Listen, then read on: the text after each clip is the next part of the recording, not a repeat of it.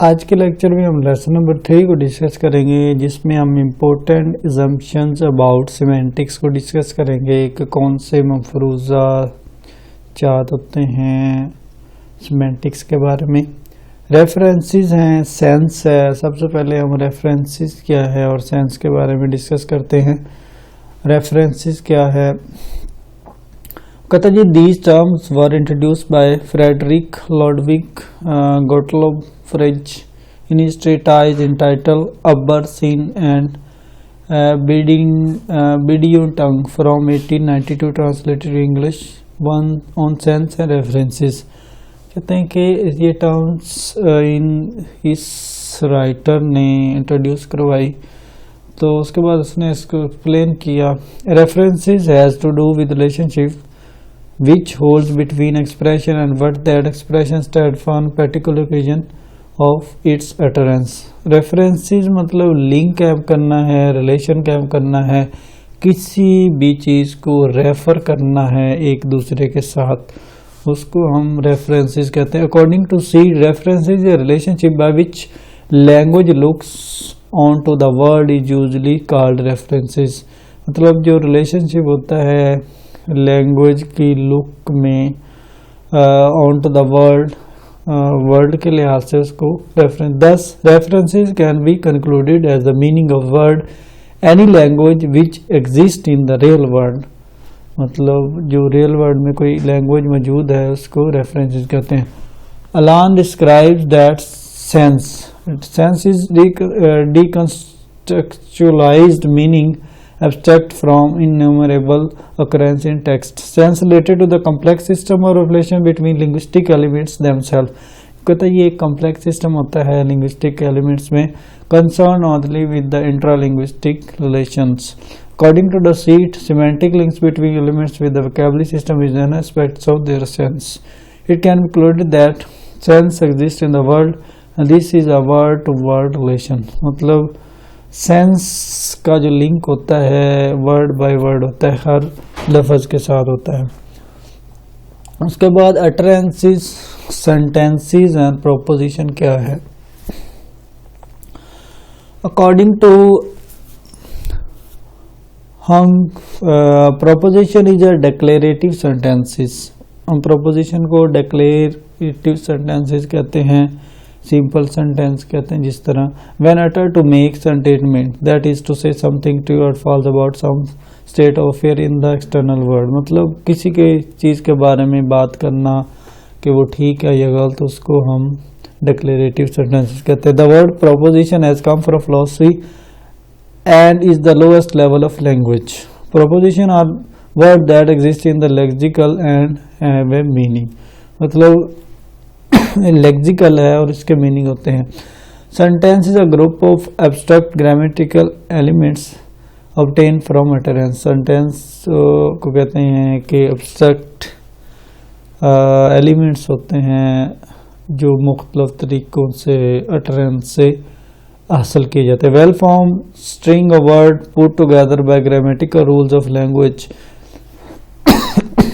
The sentence is some higher level of language. It may have many prepositions. When a proposition is combined with grammar, it becomes sentences। मतलब proposition को जब हम grammar के साथ जोड़ते हैं या link कैम करते हैं तो वो sentence बन जाते हैं। We can say that a sentence is a complete expression while proposition is a partial। कि sentence के जो meanings होते हैं या उसके expressions होते हैं वो कंप्लीट होते हैं, लेकिन प्रोपोजिशन के जो पार्शियल होते हैं कंप्लीट नहीं होते। उसके बाद अटरेंसेस है, is the natural unit of speech bounded in articulation. मतलब ये बोलने से रिलेटेड है कि जब हम बोलते हैं तो ये हमारे बोलने में एक रोल अदा करता है। वो कहता है जी it is particular piece of language that can be word, a phrase, a sentence, a sequence of sentence spoken by written. Spoken or written by particular speaker, written in particular context on particular situations। वो कहता है ये phrase भी हो सकती है, sentence भी हो सकता है, सेंटेंस की सीक्वेंस भी हो सकती है, और ये फिर रिटन भी हो सकता है, स्पोकन भी हो सकता है, जो ख़ास सिचुएशन पे बोला जाता है। It is most concrete level of language Utterance are always written in inverted commas to indicate that what is put between them is taken from specific context on specific occasion. For instance, I am reading the novels hello. तो ये सारे word utterance, मतलब ये commas या inverted commas के दरम्यान लिखा होता है, इसको हम अटरेंस कहते हैं. एक्टिविटीज और अटरेंसेस, सेंटेंसेस में प्रेपोजिशन. एक्टिविटीज को देखें जिस तरह hello, yes, no, not, much. तो ये सारे जो वर्ड्स हैं अटरेंस की इंडिकेशन करते हैं. ये नीचे भी फॉलोइंग वर्ड्स, सैंपल कन्वर्सेशन, ये भी अटरेंसेस. उसके बाद literal and non literal meaning क्या होते हैं. According to Saeed, literal meaning told by dictionary of that language are called conventional meaning. के डिक्शनरी के जो मीनिंग होते हैं, जो कन्वेंशनल मीनिंग्स होते हैं, उनको लिटरल मीनिंग कहते हैं. These meanings are description of the word to which it's refer to the real word. इनकी जो डिस्क्रिप्शन होती है वो रियल वर्ड्स के साथ होती है. These are instances where the speaker speak in natural faculty correct way. इनका ताल्लुक उस वे से होता है जिसमें एक्यूरेसी होती है. I am hangry, I am starving. तो ये सारे literal meaning. The source of this meaning is society which give meaning to this word. These meaning are also called conceptual meaning. मतलब ये एक सेंटेंस के बारे में कंसेप्ट दे रहे हैं, आइडिया दे रहे हैं. Non literal meaning are instance where the speaker depleted something in untrue or impossible term in order to achieve special fact में, जिसमें मतलब कंडीशन हो, पॉसिबिलिटी ना हो, इम्पॉसिबल वो चीज़ें हों. For instance I could eat a horse, impossible है, कोई लिटरल मीनिंग नहीं है. जिस तरह आई एम हैंग्री, मैं भूखा हूँ. आई एम स्टार्विंग, तो ये इसके लिटरल मीनिंग है. लेकिन ये नीचे जो सेंटेंस दिया है कुड ईट अ हॉर्स, ये इम्पॉसिबल है. Miss टॉमिक screaming for food. Not a meaning also traditional called figurative and describe a host of rhetorical terms including metaphor, irony, metonymy, etc. There are these are associated meaning of the word symbolic meaning. मतलब कुछ symbol हो सकता है, वो symbol किस चीज़ की identification कर भी सकता है और नहीं भी हो सकती. उसके बाद सिमेंटिक एंड प्रैग्मेटिक क्या है. There are 3 different schools of thoughts or distinguish between semantics and pragmatics. One group of linguistics that only 3 fields of linguistics are pure linguistics: semantics, morphology and syntax. They do not include pragmatics in pure linguistics. It does not rely on logic and ignore by saying that anyone can interpret language according to his desire. This school of thought is known as semanticism. मतलब वो कह रहा है कि जो उसके मुताबिक 3 जो फील्ड्स हैं वो सीमेंटिक्स से रिलेटेड हैं, और मतलब सीमेंटिक किसी वर्ड्स के मीनिंग या सेंटेंस के मीनिंग्स होना बहुत ज़रूरी है. लेकिन प्रैग्मेटिक्स में जो चीज़ होती है कि अटेंडेड मीनिंग होते हैं और स्पीकर का व्यू पॉइंट हो सकता है, वो हो भी सकता है, नहीं भी हो सकता.